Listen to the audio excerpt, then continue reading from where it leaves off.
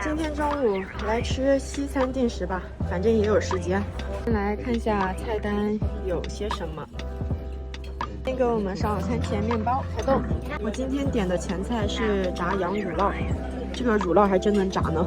今天点的是豆乳菇子汤，点的小份炒饭、海鲜饭也上来了，然后点的烤肉饼也上来了，这个是猪肉和牛肉混合的。然后我点的这个小份意面也上来了，然后再加了一个这个包蛋，希望这个蛋不要再做成甜的，刚才那个肉酱是甜的。开动，点心和茶水也上来了，我要了一个红茶，等下配点牛奶，然后这里是个柠檬蛋挞，最后兑点牛奶，做个奶茶，结束这一餐。